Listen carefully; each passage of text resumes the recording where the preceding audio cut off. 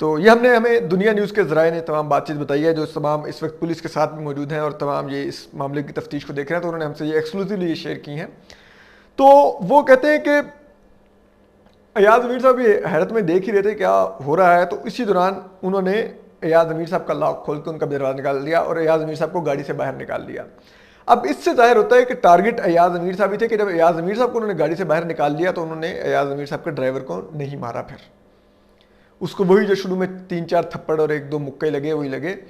اس کے بعد ان ظالموں نے ایاز امیر صاحب کو زمین پر گرا کے بری طرح مارا، تھپڑ، مکے، ٹھوکریں، ٹھڈے جسے ہم کہتے ہیں، اور ان کے منہ پہ، آنکھوں پہ ان کے کپڑے پھاڑ دیے اور بہت بری طرح مارا 2 سے 3 منٹ۔ اور ظاہری بات ہے 6 لوگوں اگر 2 سے 3 منٹ بھی اگر آپ کو مار رہے ہوں، آپ کے اوپر پل پڑے، تو وہ 2-3 منٹ بھی سمجھیں 1 گھنٹہ ہی ہوتے ہیں۔ تو وہ انہوں نے بری طرح مارا۔ پھر ایاز امیر صاحب کے انہوں نے موبائل چھینے، ان کی الیکٹرانک چیزیں وہ چھین کے، اس کے بعد وہ بھاگے، گاڑی میں بیٹھے اور نکل گئے، کیونکہ ایاز امیر صاحب دفتر سے 10-15 قدم کے فاصلے پڑے تھے، کپڑے سارے ان کے پھٹکے ہوئے تھے۔ تو پھر ایاز امیر صاحب نے اپنے ڈرائیور کو کہا گاڑی موڑ کے دفتر لے چلو، تو پھر گاڑی موڑ کے دفتر ہی لے آیا۔ اور پھر اس حالت میں ایاز امیر صاحب وہاں پر آئے اور ان کی آنکھیں ساری سجی ہوئی تھیں، آنکھوں کی سائڈ سے بلڈ آ رہا تھا، منہ سے بلڈ آ رہا تھا، بہت بری حالت تھی ان کی۔ اور ظاہری بات ہے ہم سمجھتے ہیں کہ انتہائی شرمناک ہے اور گھٹیا حرکت ہے اور قابل مذمت ہے ایک اس طرح سے ایک بزرگ اینالسٹ کا لکھاری کو یوں تشدد کا نشانہ بنانا۔ تو یہ وہ نشانہ بنے ہیں۔ اب بہت سے لوگ کہہ رہے ہیں کہ شاید وہ پراپرٹی ڈیلر والی جو انہوں نے بات کی اور جو ایکسٹینشن والی بات کی، ذرا پتا پراپرٹی ڈیلر جب وہ کہہ رہے تھے تو ان کا اشارہ پاک فوج کی طرف ہی تھا، کیونکہ انہوں نے کہا بھی کہ آپ جتنی مرضی ان کو زمینیں دیتے رہیں، آدھا پاکستان بھی ختم ہو جائے تو ڈی ایچ اے کے فیز نہیں ختم ہو جائیں گے، ڈی ایچ اے کے فیز پہ فیز بناتے جائیں گے۔ اور جسے کہتے ہیں بھاولپور میں گھوڑی پال کی زمینیں ختم ہو جائیں گی، جرنیلوں کے رقبے نہیں ختم ہوں گے، تو اس قسم کی انہوں نے باتیں کی تھیں۔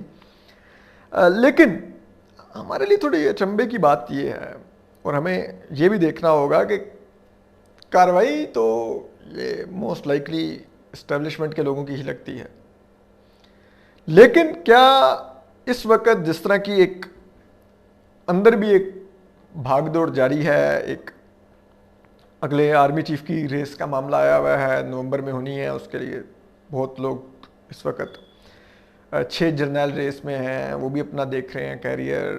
پھر جنرل قمر جاوید باجوہ بھی ابھی تک آرمی چیف ہیں، ان کے بارے میں بھی ایک سازشیں بہت سی چل رہی ہیں اس وقت۔ آپ کو پتہ ہے یہ جو گیلے تیتر اور ارشد شریف، موید پیرزادہ، کامران خان، ان کی اپنی تو کوئی اوقات نہیں ہے، اور یا مقبول جان وغیرہ کی، جب تک کہ ان کو پیچھے سے کوئی چابی نہ دے یہ تو چیوں نہیں کرتے ہوتے۔ تو آج کل یہ اگر چے گویرا بنے ہوئے، چی گویرا نہیں، یہ چے گویرا ہیں، تو کچھ سمجھ آتا ہے کہ بے خودی بے سبب نہیں، غالب کچھ تو ہے جس کی پردہ داری ہے۔ تو اب اگر یہ لوگ جنرل قمر جاوید باجوہ کی ذات کو ٹارگٹ کر رہے ہیں، اگر انہوں نے جواب دینا ہوگا تو وہ گیلے تیتر کو یا ارشد شریف کو یا موید پیرزادہ کو سمجھ آتی ہے، یا کامران خان کو سمجھ آتی ہے، جنہوں نے ان کو کہا کہ آپ اب گھر چلے جائیں، اس طرح کے لوگوں کو تو سمجھ آتی ہے، ٹھیک ہے۔ لیکن ایاز امیر صاحب مجھے کچھ ڈائجسٹ نہیں ہوا کہ کیوں ٹارگٹ ہوئے ہیں۔ تو یہ کہیں کسی اور اندرونی ہی گروپ کی کارروائی نہ ہو، اس وقت کسی دوسرے گروپ کو لیٹ ڈاؤن کرنے کے لیے ایاز امیر صاحب کو جس طرح سے ٹارگٹ کیا گیا، یہ انتہائی افسوسناک اور شرمناک ہے۔ لیکن آپ دیکھیے کہ اب دوسروں کی حالت دیکھیے۔ اب یہ گیلا تیتر ہے عمران ریاض، وہ کہتا ہے مجھے فائلیں دکھائی گئیں، مجھے اس کام پہ لگایا گیا، مجھے ویڈیوز لگائی گئیں۔ بے غلیظ نسل کے کیڑے، تیرا کام تھا تو اس وقت پوچھتا کہ یہ آپ کس قانون کے تحت تفتیش کی ویڈیوز مجھے دکھا رہے ہیں اور آپ نے یہ ویڈیوز بنائی ہیں، ٹھیک ہے۔ اور آپ کہتے ہیں ان سے اس وقت کہ آپ لوگ ایک منتخب حکومت کے وزیر اعظم نواز شریف کے خلاف یہ فائلیں بنا کے پھر رہے ہیں، آپ صحافیوں کو دے رہے ہیں، آپ کا اس میں کیا رول ہے؟ آپ کہاں کی تحقیقاتی ایجنسی بن گئے؟ تب نہیں کیا، کیونکہ تب اس کے بدلے میں اس کے منہ میں ہڈیاں ڈالی جا رہی تھیں۔ یہ پاکستانی کاوے موسوی ہیں جو اب اعترافات کر رہے ہیں کہ ہم نے یہ کیا وہ کیا اسٹیبلشمنٹ کے ساتھ مل کے، ایک منتخب حکومت کے ساتھ۔ ان کا اس وقت اس سے روٹی اور رزق لگ گیا تھا، ان کے منہ میں ہڈیاں ڈالی جا رہی تھیں، ٹھیک ہے۔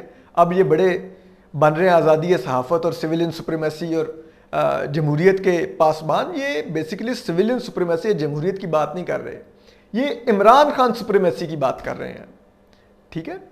تو بات یہ ہے کہ ان کی بات ابھی بھی نہیں سننے والی. ان کا دکھ یہ ہے کہ فوج نے ان کو استعمال کیا اور اب ان کے منہ میں ہڈی مزید کیوں نہیں ڈال دی، ٹھیک ہے؟ اور ان کے منہ کو خون لگ گیا، تو یہ اس لیے اب یہ چوں چوں کرتے پھر رہے ہیں آج کل.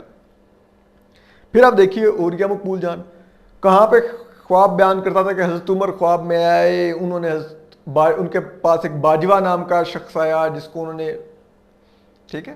اور اب دیکھیے وہی اوریا مقبول جان جنرل قمر باجوہ پہ بلاسفمی تک کے الزامات لگاتا پھر رہا نام لیے بغیر. ایسا غلیظ نسل کا کیڑا ہے.